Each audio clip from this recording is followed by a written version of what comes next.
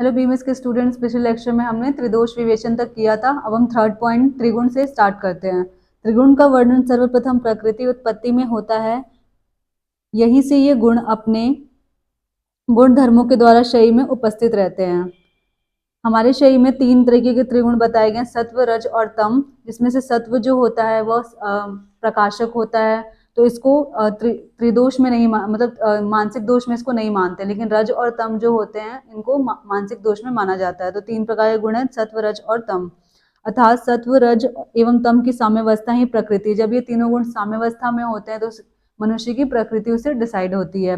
मूल प्रकृति को अव्यक्त भी कहते हैं। ठीक है, इसमें आपको अगर आएगा तो बस इसमें आपको पूछेगा कि त्रिगुण के बारे में बताइए। 5 मार्क्स में ये क्वेश्चन यहाँ से आते हैं। ठीक है, 5 मार्क्स में शॉर्ट नोट्स कभी कभी आ जाता है। ठीक है, इसमें आपको ये एक टेबल चार्ट बनी हुई है यहाँ पे।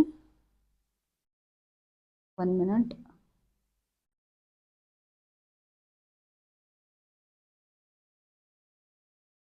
ये चार्ट बनी हुई है अव्यक्त या मूल प्रकृति। यहाँ पे इस तरीके से लिखा, सत, रज, तम युक्त साम्यावस्था, क्योंकि इनकी जब साम्यावस्था होती है तो मूल प्रकृति होती है। ठीक है, जब ये तीनों मिल करके महत या बुद्धि को उत्पन्न करते हैं, और बुद्धि त्रिगुणात्मक होती है क्योंकि इन तीनों गुण से बुद्धि उत्पन्न हो रही है।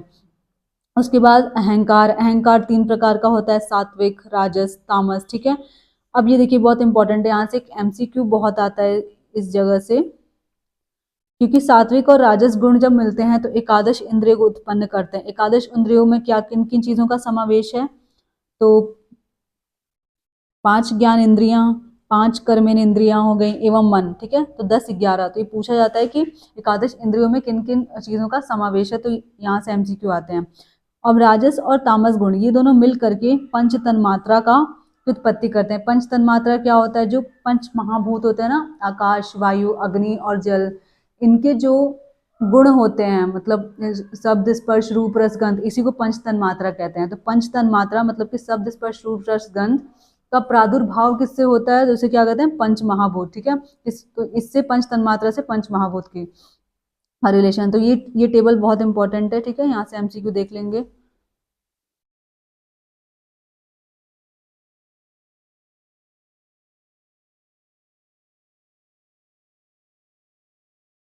नेक्स्ट देखिए यहाँ पे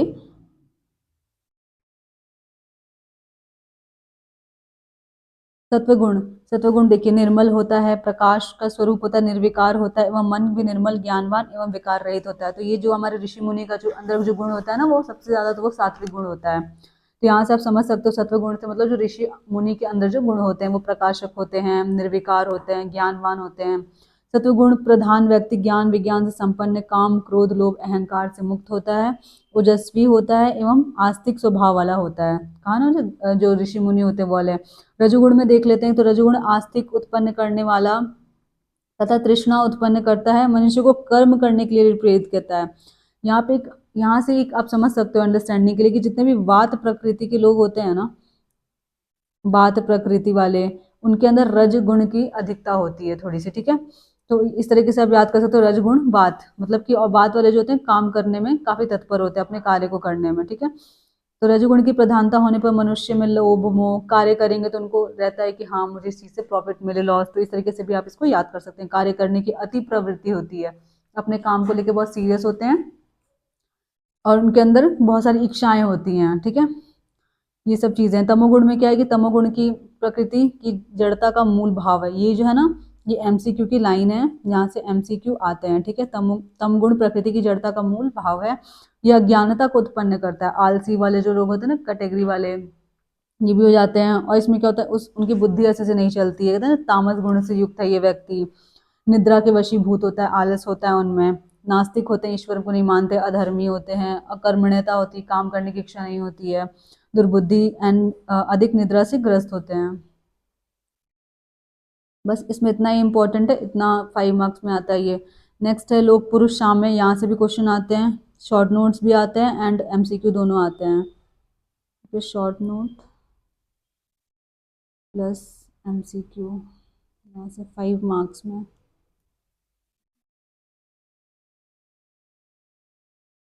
क्या, ये आपको ये श्लोक याद करना है, पुरुषोयम लोक समितम, चरक शारीर स्थान चैप्टर 5 श्लोक नंबर 3, ठीक है। आचार्य चरक के अनुसार जिस प्रकार पुरुष पंच महाभूत से निर्मित है, उसी प्रकार यह संसार भी पंचभूतात्मक है और शरीर के प्रत्येक कोश का निर्माण जिन तत्वों से होता है, उन्हीं तत्वों से लोक या संसार का भी निर्माण होता है। इसमें बताया गया है कि जो लोक जिस चीज से बना है, उसी से पुरुष की सामान्यता है, मतलब जिन जिन मूलभूतों से पुरुष की उत्पत्ति हुई, उसी से लोक की हुई है। दोनों में सिमिलरिटी को बताया गया है। और यहाँ पे एक टेबल है, ये इस टेबल से यहाँ से एमसीक्यू आते हैं। ये आपको याद करना है कि पृथ्वी का पुरुषगत भाव क्या है, मूर्ति है, आप का क्लेद है, तेज का विषम ताप है, वायु का प्राण है, आकाश का शुशिर है, इस तरीके से, ठीक है।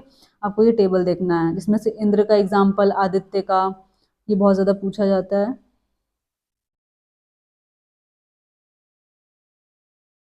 आपको पढ़ना सब कुछ है, लेकिन ये थोड़ा इम्पोर्टेंट है, इसको थोड़ा ध्यान से देखना है, ठीक है। तम हो गया,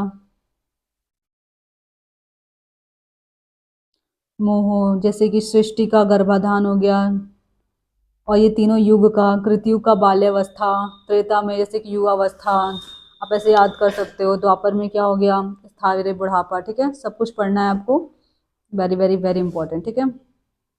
अब जो इस चैप्टर में जो मोस्ट एक इम्पॉर्टेंट क्वेश्चन बनता है वो है सामान्य विशेष सिद्धांत। यहाँ से क्वेश्चन 10 में भी आता है एंड 5 मार्क्स दोनों में आते हैं, ठीक है। इसका आपको श्लोक ये याद करना है, कंठस्थ होना चाहिए, आगे भी काम आएगा। पदार्थ विज्ञान में भी आता है। सर्वदा सर्वभावा नाम सामान्यम वृद्धि कारणम हास हेतु विशेषस्य प्रवृत्ति रुभ्यस्तु। सर्वदा सभी भावों की वृद्धि करने वाला सामान्य होता है और हास कम करने वाला विशेष होता है।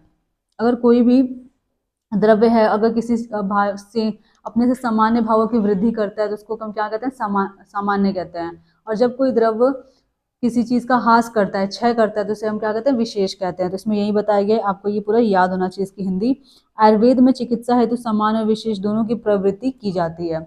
ये पूरा जो हमारा है ना ट्रीटमेंट के जो बेस आधार है, वो इस पे चलता है, क्योंकि जब भी हम दोष धातु की वृद्धि हो जाती है, तो हम उसको विशेष के द्वारा, बट वृद्धि हो जाए तो क्या करेंगे, हम कम करेंगे, किससे, विशेष के द्वारा। और जब किसी चीज की कम क्षय हो जाएगा तो उसको हम बढ़ाएंगे, किससे, सामान्य के द्वारा, ठीक है। तो इस तरीके से यही हम काम करते हैं कि दोष धातु को कम कम करेंगे, बढ़े हुए को, और बड़े कम को बढ़ाएंगे। ये हमारा चिकित्सा सिद्धांत भी है।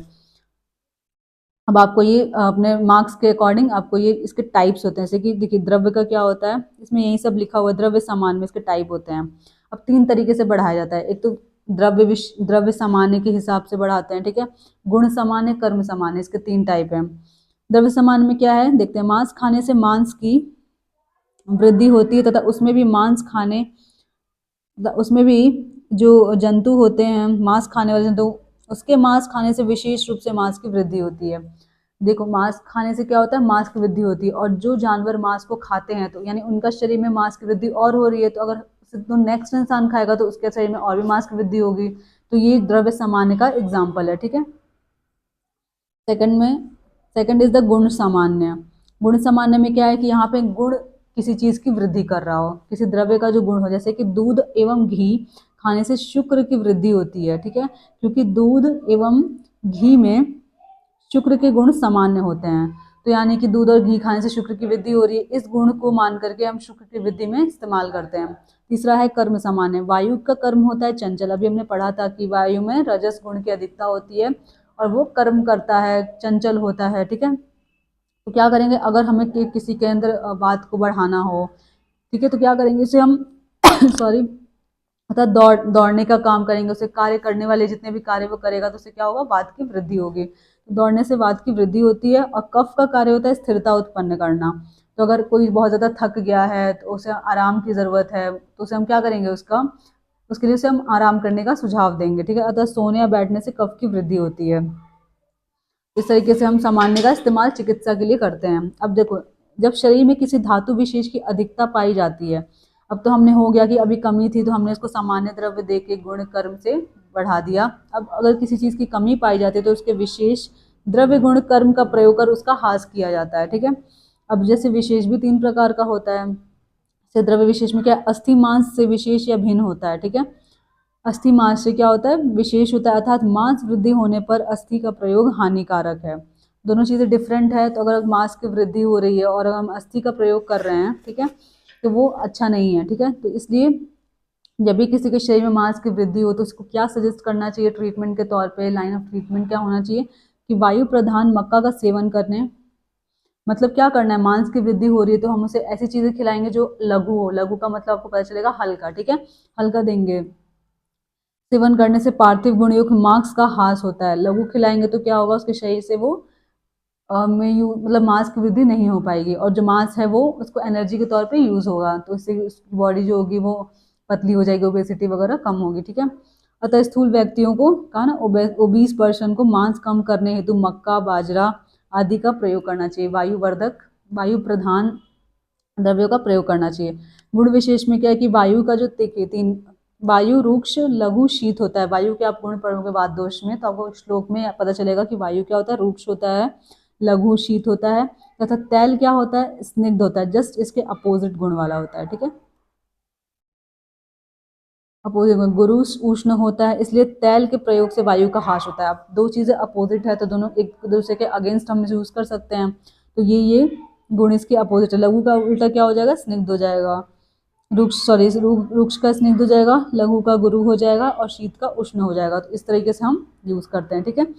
कर्म विशेष, इसलिए कहा जाता है कि वायु की वृद्धि हो जाती है तो तैल का अभ्यंग करना चाहिए, अभ्यंग का अर्थ होता है मालिश करना चाहिए अपने स्किन पे, अपने मांसपेशियों पे। तो कर्म विशेष में क्या है कि वायु चल होता है, बैठना सोना या कर्म स्थिरता उत्पन्न करता है।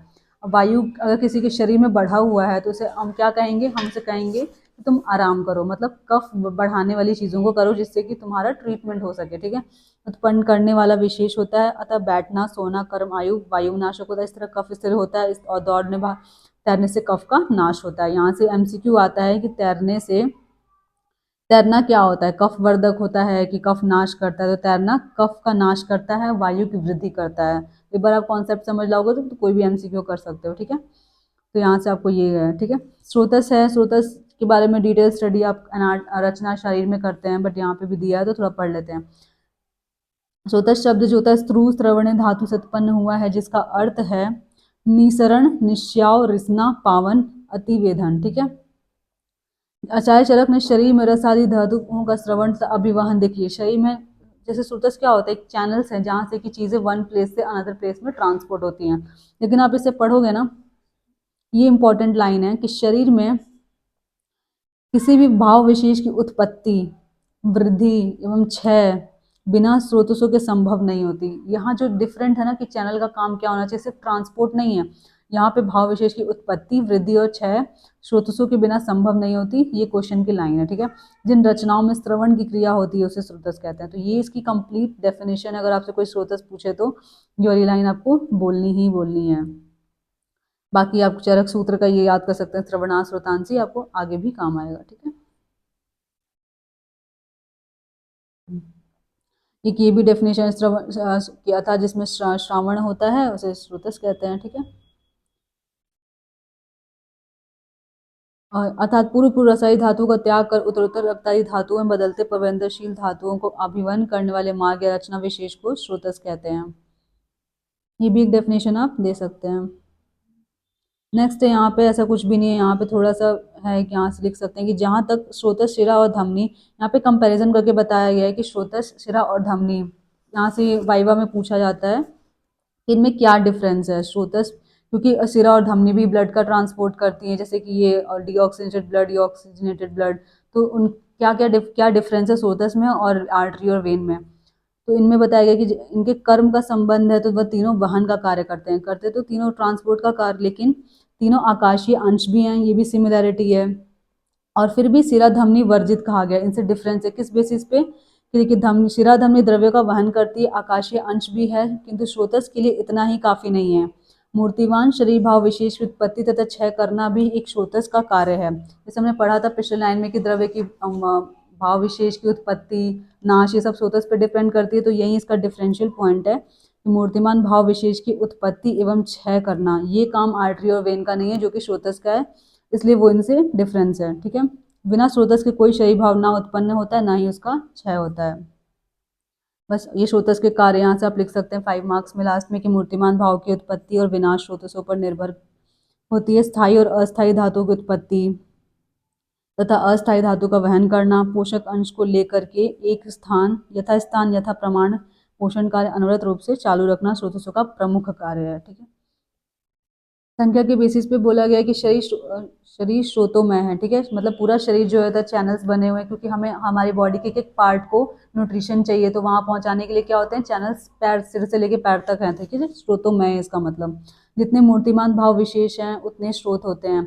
ये भाव अत्यधिक होने के कारण स्रोत अपरिसंख्य हैं। ठीक है, मतलब जिसे हम काउंट नहीं कर सकते। चिकित्सा इनको ध्यान में रखते हुए चरक ने स्रोतों का वर्गीकरण किया। अब यहाँ से क्वेश्चन आता है टेबल से, एमसीक्यू। और रचना में ये वैसे भी डिटेल में दिया हुआ है, पर यहाँ से हम याद कर सकते हैं। देखिए, आचार्य चरक ने इनकी संख्या 13 मानी है, लेकिन जब आप रचना शरीर पढ़ोगे तो उसमें आपको पता चलेगा कि इन्होंने 14 मानी है। और एक आर्तवा स्रोत जो 14वां स्रोत है वो गर्भ प्रकरण में बताया है, इन्होंने यहाँ पे नहीं बताया है। तो ये एमसीक्यू आता है रचना में भी, तो आप उसको यहाँ से याद कर सकते हो। और सुश्रुत आचार्य ने 11 युग्म माने। युग का मतलब होता है पेयर। ठीक है, मतलब जो भी श्रोतस माने उन्हें कहा है कि वो एक पेयर में होता है, तो इनकी संख्या जो क्या होती है वो 22 हो जाती है। और ये चार्ट बहुत इंपॉर्टेंट है, इसमें आपको याद रखना है जैसे कि कितने स्रोतस होते हैं। तो सबसे पहला है, टोटल तो आपको 13 है, ऐसे लाइन से याद करिए, प्राण, उदक, अन्न। और यहाँ से आपको धातुओं के जो नाम होते हैं ना, यहाँ से लेके पूरा यहाँ तक आपको धातुओं के जो नाम होते हैं वहीं से याद हो जाएंगे आपको। जैसे कि रस, रक्त, मांस, मेद, अस्थि, मज्जा, शुक्र। ठीक है, 7 धातु होती हैं, तो यहाँ से आपको याद करने का तरीका ये याद कर सकते हो। फिर मूत्र, पूरी, श्वेद, ये हमारे त्रिमल होते हैं, तो इनके श्वेद। और फीमेल में एक आर्तवस्त्र होता है। ठीक है, तो इतने टोटल आपको याद करने का तरीका है। प्राण में आप याद कर सकते हो कि प्राण के लिए क्या जरूरी है। उदक, उदक का मतलब क्या होता है, जल और अन्न। अन्न जल के बिना क्या हम किसी मानव जीवन को सोच सकते हैं कि उसका सर्वाइवल हो भी सकता है, तो नहीं हो सकता। इस तरह के तो प्राण के लिए उदक और जल बहुत ज़रूरी है। उसके बाद से हमारे धातु आ जाएंगी, फिर मल आ जाएंगे, और फीमेल में एक एक्स्ट्रा। तो पूरा टेबल का ये नंबर आपको याद हो जाएगा। अब देखिए चरक ने क्या माने हैं, प्राण व स्रोतस। आपको ये इसका कोई ट्रिक नहीं, आपको याद करना ही पड़ेगा ये। ठीक है, तो हृदय एंड महास्रोतस। ठीक है, इन्होंने माना है हृदय और रसवाहिनी धमनियाँ। तालु, क्लोम, देखिए ये जो है वो सेम है, जो सेम है उसको ऐसे ही याद हो जाएगा। बाकी मैं आपको याद करने का तरीका बता रही हूँ, बाकी रीड तो आप कर सकते ही हो। ठीक है, अन्नवा स्रोतस में देखिए अमाशय वाम पार्श्व है इन, और इसमें क्या है, अमाशय बस एक सेम है, और यहाँ पे धमनियाँ लगाए हुआ है। इनका मांस तक जो है ना वो धमनियाँ धमनियाँ हैं, लेकिन यहाँ पे डिफरेंट धमनियाँ हैं। इसको याद करने का तरीका मैं बताती हूँ। रस्वा में क्या है, हृदय और 10 धमनियाँ हैं। ठीक है, रक्तवा क्या होता है, यकृत प्लीहा है। अब देखिए रक्तवा में क्या आएगा, रक्तवाही धमनियाँ आ जाएगी। रस में क्या होगा, रसवाही धमनियाँ आ जाएगी, एंड हार्ट हो जाएगा।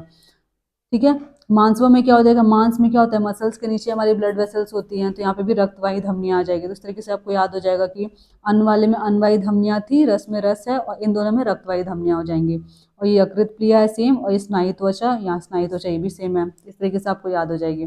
मेदवा में क्या है कि कटी और 2 वृक्क, यहाँ पे 2 वृक्क और वपावहन। वपावहन क्या होता है, ओमेंटम होता है, आप अनाटमी में आगे पढ़ेंगे। ठीक है, अस्थिवा में क्या होता है, मेद और जगन। और एक चीज़ बहुत इंपॉर्टेंट है कि इनका नंबर कम क्यों है, इन्होंने अस्थि, मज्जा और श्वेद को स्रोतस नहीं माना है, इसलिए यहाँ पे ऐसे डैश लगा हुआ है। मज्जा में यहाँ पे अस्थि संधियाँ हैं, शुक्र में 2 वृषण और शेप है, और यहाँ पे इन्होंने फीमेल का 2 स्तन और 2 वृषण भी यहाँ पे माना है। तो आप इसको याद कर सकते हो इस तरीके से कि इन्होंने आर्तव स्रोतस भी माना, यानी कि फीमेल के बॉडी पार्ट्स जो हैं यहाँ पे इन्होंने इंक्लूड किया। तो वो कौन आचार्य है, सुश्रुत है, तो उनके कॉलम में फीमेल के बारे में दिया होगा। इस तरीके से आप याद कर सकते हो। मूत्रवा में क्या है, बस्ती वंशण हो गया, और इन्होंने बस्ती मेटर माना है। पक्वाशय स्थूल गुदा, पक्वाशय गुदा। होल गुदा किसने माना है, ऐसे भी क्वेश्चन आता है, तो आचार्य सुश्रुत ने माना है। ठीक है, मेद और लोम को इन्होंने नहीं माना। आर्तव स्रोतस में क्या माना है, गर्भाशय एवं आर्तवाही धमनियाँ, जैसे कि यूट्रस एंड धमनियाँ में आप यहाँ पे याद कर सकते हो, फेलोपियन ट्यूब जो होती हैं फीमेल में। तो इस तरीके से आप याद कर सकते हो। नेक्स्ट,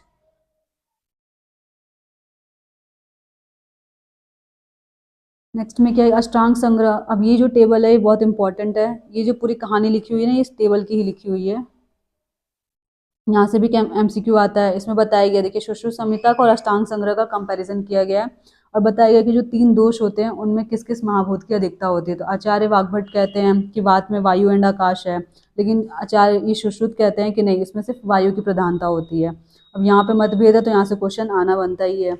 पित्त में क्या होता है, अग्नि है, दोनों का सेम है। कफ में जल पृथ्वी, और सोम में, सॉरी, कफ और आचार्य सुश्रुत के अकॉर्डिंग सोम होता है, मतलब कि सोम की अधिकता होती है। तो इसको आप ऐसे याद कर सकते हो कि अष्टांग संग्रह ने 2-2 जो चीज़ें मानी है बाबा भागवत ने मांगनी है, और सुश्रुत ने सिंगल सिंगल माना है कि एक में वात में क्या है, एयर ज़्यादा है, पित्त में अग्नि, एंड कफ में सोम की मात्रा ज़्यादा है। ठीक है, ये हो गया वायु। धातु, अब धातु का पंच भौतिक संगठन, ये सीधे क्वेश्चन आता है इस तरीके से कि धातु का पंच भौतिक संगठन बताइए। तो यहाँ पे दो मत है, चक्रपाणी का जो आचार चरक संहिता में जिसने टिप्पणी की उसको चक्रपाणी ने की है, तो जो यहाँ पे टिप्पणी वाला आ गया। और ये डलर ने, इन्होंने सुश्रुत संहिता पे टिप्पणी की है, तो डलर ने। तो यहाँ पे इनका हम देखते हैं, तो रस, रक्त, मांस में अस्थि, मज्जा, शुक्र, जैसे कि बताया था कि आयुर्वेद में 7 सप्त धातुएं होती हैं। तो आपको ये टेबल इस तरह याद करनी है, धातु लिख दिया। फिर ऐसे याद रखना है, ये चक्रपाणी थे ना, इन्होंने रस को कुछ नहीं माना है। तो अब जब ये रक्त होगा ना, तो उनको ऐसा आप सोच सकते हो कि आज जब रक्त माना है तो उसमें उन्होंने जल को इंक्लूड किया, क्योंकि इन्होंने रस में नहीं माना था। तो यहाँ पे डैश के नीचे देखिए, यहाँ पे रस में जल हो गया, नाम से भी लग रहा है कि प्लाज्मा में क्या होता है, वाटर का कंटेंट ज़्यादा होता है 90%। रक्त में क्या होता है, अग्नि है। और यहाँ पे इन्होंने जल नहीं माना था, तो तेज प्लस जल इन्होंने माना है रक्त में, ठीक है। मांस में पार्थिव गुण होता है, पार्थिव दोनों का सेम है। मेद में जल पृथ्वी सेम। अस्थि में, अस्थि यहाँ से क्वेश्चन आता है क्योंकि यहाँ पे डिफरेंस हो गया फिर से। और नीचे मज्जा शुक्र में जल जल जल दोनों का है, ठीक है। इसको कैसे याद करेंगे, देखिए दलहन में क्या होता है, डी फॉर दलहन, और यहाँ से डी हो गया, ठीक है। तो आप अस्थि में क्या होता है, देखिए एक भारी होता है, वो तो पृथ्वी महाभूत की अधिकता, तेज हो गया। और प्लस वायु, वायु कैसे कह सकते हैं हम, क्योंकि अस्थियों में वात दोष बहुत ज़्यादा होता है, तो कहीं ना कहीं वायु की प्रधानता उसमें होती है, तो ऐसे आप याद कर सकते हो। और तेज को कैसे याद कर सकते हो कि जो बोन होता है ना कहीं वो उसको सनलाइट चाहिए होती है, विटामिन डी, और डी फॉर डलहन, तो यानी कि इन्होंने तेज माना है। इस तरीके से आप याद कर सकते हो। और दूसरा वाला क्या है कि इन्होंने सिर्फ पृथ्वी और वायु को माना है, मतलब यहाँ पे चक्रपाणी सी से स्टार्ट हो रहा है, डी नहीं है, तो इसमें तेज नहीं रहेगा, बस, ठीक है। मलों का पंच भौतिक संगठन, तीसरा तीसरा टेबल, ये भी बहुत इंपॉर्टेंट है। इसमें क्या है कि आपको मल लिखना है, 3 तरीके के मल बताए गए हैं, पुरुष, मूत्र और स्वेद। तो पुरुष में क्या होता है, पार्थिव भाव है, ठीक है। इसलिए क्या, पार्थिव भाव होने से क्या होता है, किसी का वेरिएशन कराना होता है, हम पार्थिव युक्त द्रव्य देते हैं, ठीक है। स्वेद में क्या होता है, जल होता है। स्वेट कैसा होता है हमारा, इसमें जल का अमाउंट ज़्यादा होता है। और मूत्र में क्या होता है, अग्नि प्लस जल होता है, ठीक है। इस तरीके से आप याद कर सकते हो। कभी कभी सिर्फ जल पे टिक लगाएंगे तो गलत हो जाएगा, तो इसको आपको याद रखना है, जितने भी अलग अलग हैं एक्सेप्शनल हैं उनको आपको अच्छे से याद रखना है। तो हाँ, thank you guys, this is all about the chapter. आपको ऐसे पढ़ना है, ओके।